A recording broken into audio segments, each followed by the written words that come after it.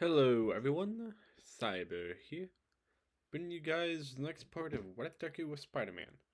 Before we begin, I want to apologize for the delays this video had, as my life has also pretty busy, so at times I might not be able to record or upload as I wanted to. I hope you all can understand that, as this is not a full-time job for me, as I have to focus on other parts of my life, but I will still continue to try to do this as best as I can.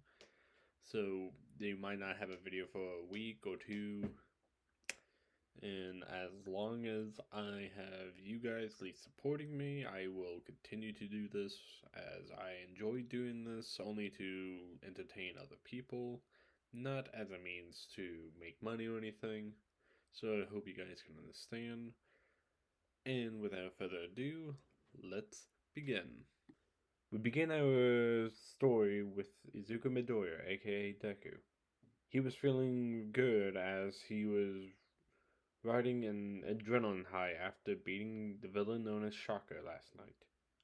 His smile never faltered, even as some within his own class had made fun of him, or at least tried to, as he wouldn't let their words get to him. This eventually made them curious on what could have happened. As he arrived back home, it would almost seem like nothing could break his confidence he was feeling. That was until he received a text on his phone.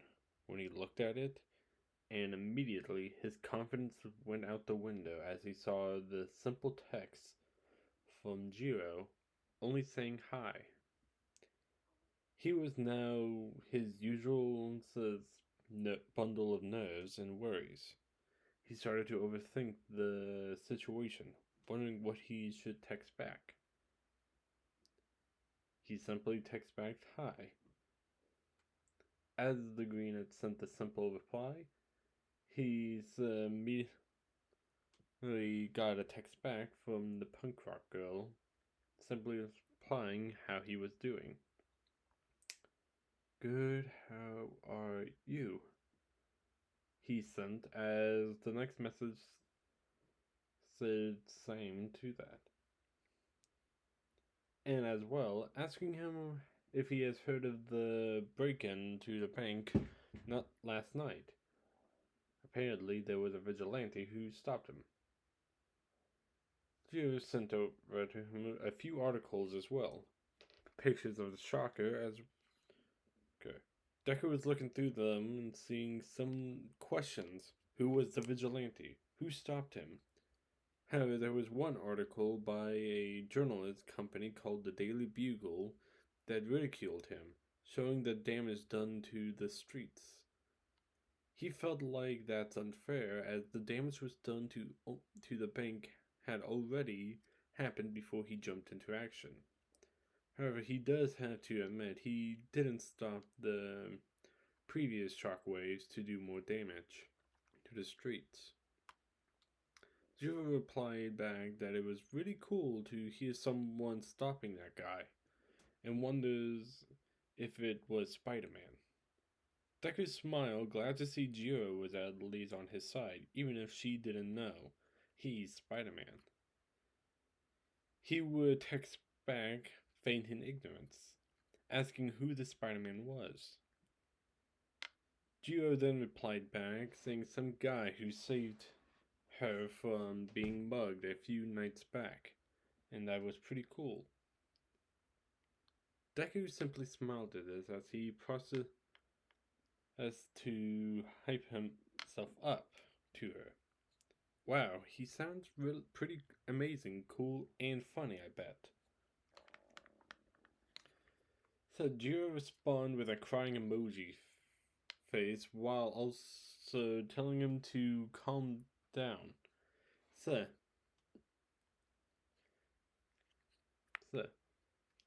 Deku just chuckled as he forgot his alien nerves and continued to text with Jiro.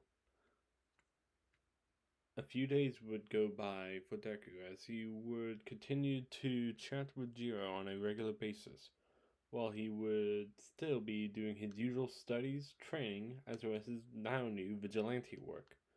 So far, he's only stopped small time crime from happening. Nothing like when he fought Shocker.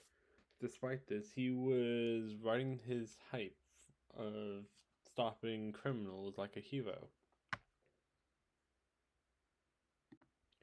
He would be sitting on the edge of a building as he overlooked the city. Man, what a boring night. I haven't seen or heard anything all day. Maybe tonight will be an uneventful night. As he said that, he would see something strange on the corner of his eye. At a nearby warehouse, he sees a young woman with white hair and a black bodysuit climbing out of a window, holding a canister of some kind, while crawling up on top of the roof and making a dash to escape the scene of the crime. Or maybe not. Deku said as he shoots a web to a nearby building and starts swinging after her. We cut over to the perspective of the young woman as she would eventually stop after running far enough from the scene of the crime. Holding the prize in her hand, that would immediately got grabbed by a web, pulled away from her hands.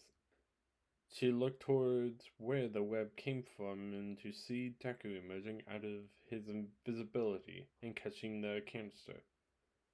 Excuse me, miss, but I don't think this belongs to you, he said to the young woman, getting a better look at her. She seems roughly around his age, with bright pink cheeks.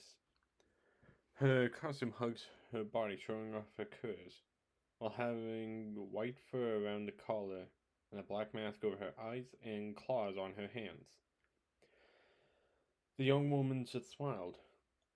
Whoa, you're that vigilante I've heard about.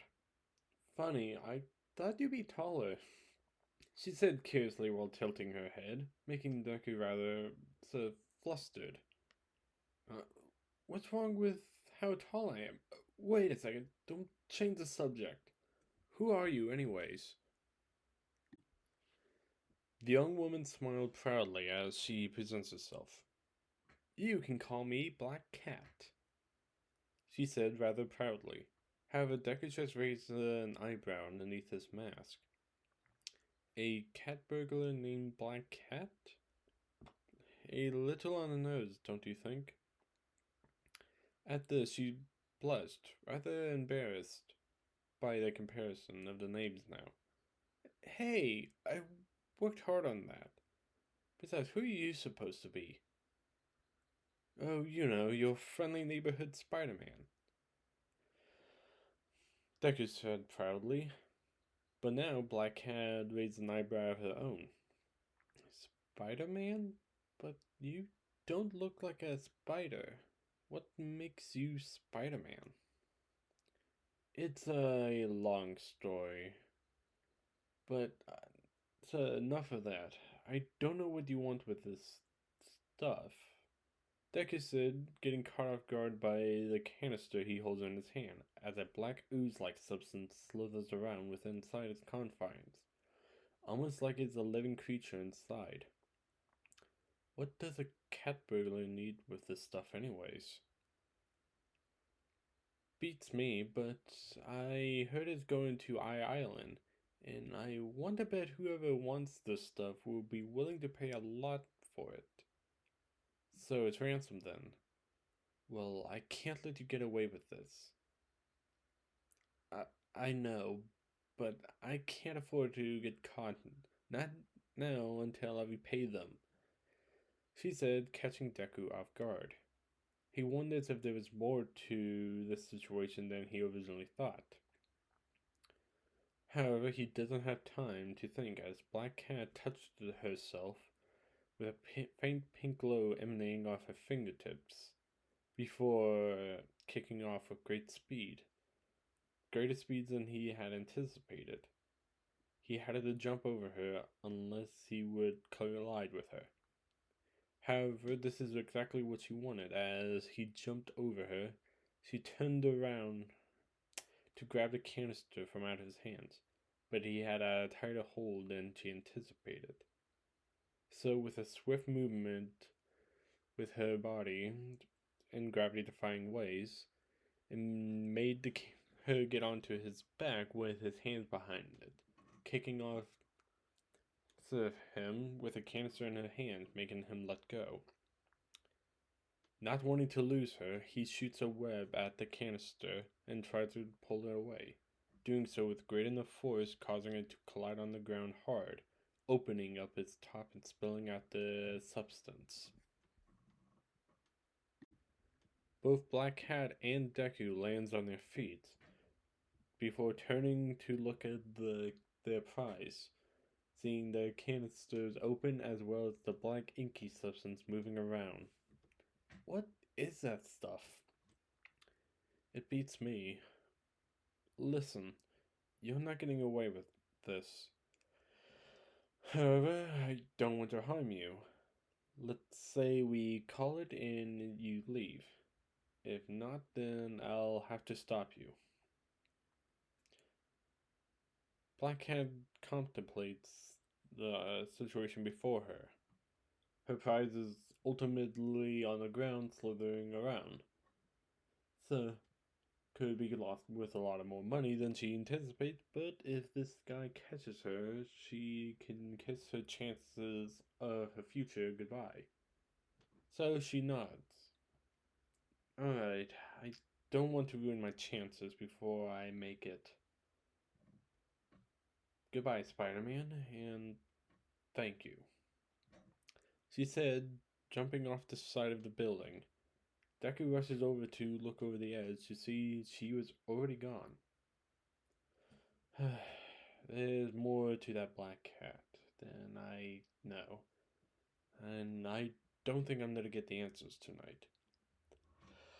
For now, I should return this stuff to the proper facilities. Deku walks over and gets on one knee to pick up the black ooze. However, when he does so, the strange connection between him and the ooze made him see a vision of him in a black suit with big white eyes. And then another image of a hulking figure in the same substance with a white spider emblem, sharp teeth, and a long tongue. Deku shakes his head as he looks down at the ooze that's moving around in the palm of his hand. That was weird. Wondering if it's some kind of a hallucinating effect or something. Deku said cautiously before putting the substance back into its proper container, making sure to web up the top so the substance does not slip out. Alright, let's get you back where you belong. I wonder what the researchers wanting to study you for. He thought out loud before shrugging it off, as he proceeds to swing back to the warehouse where he left it inside, and a note saying that he found it for them, and to take better care of it, before leaving into the night to stop yet another robbery from happening. However, he still wonders who this Black Cat was. We cut over to Black Cat's POV, where she was entering her apartment after she made sure no one was looking or following her. She had entered and locked the door behind her. Sliding against the door, she falls to the ground with a sigh before removing the white wig she wore, revealing, a brown bob cut haircut. Suddenly, she felt her phone vibrate in her pocket. She took it out and saw it was a phone call from her parents. Hi, Daddy. Oh, Choco, how are you? It's been a while since me and your mother heard from you. Choco Maraca just smiled as she thinks about how she missed hearing from them. Yeah, sorry. I've just been busy with school and work, you know? Right, I know what you mean. You know you didn't have to move out yet. UA isn't for another few months. I know, but if I get a head start, then I can start training and to get settled in, she said to her father. But this wasn't the only reason. So this gives her more time to do her other job, she thought. Right, well, just remember if you ever need any help, let me or your mother know, okay? Okay, Daddy. I love you. Love you too. She hung up as she slumps over onto the door again, sighing. She thought of the events that played out in her mind earlier with that vigilante that was stopping her from doing her crimes. While she was using her quirks and talents to steal from shady groups or businesses, she nearly crossed a line that could have made her hunted down by heroes. And if she was caught, then she could have never become a hero to help give her parents a more easier life. So, however, Spider-Man stopped her from doing something that she would have probably regret. So she silently thanked Spider-Man and promised to repay him one day when she makes it big. And that is it for this video. I hope you guys enjoy. I am sorry this took so long, and I know this isn't a very long part, but some of these parts like these won't be very long. I hope you guys still like this stuff as I am setting up some interesting things. As you see, there's some My Hero characters who will be villains or other Spider-Man characters we know and love, as well as the setup of the Black Symbiote, Venom. But for now, I hope you guys enjoy, as I said. So please leave a like, comment, and subscribe as this shows people my content and shows off our hard work. We are also in the midst of working on a web novel of our own on our channel, so I will be making web novels, making scripts so of my parts as well, so you guys can either read them in the future when I get to that stage, and or you guys can also just keep on listening to them on here. But yeah, I hope you guys enjoy. Cyber out. Peace.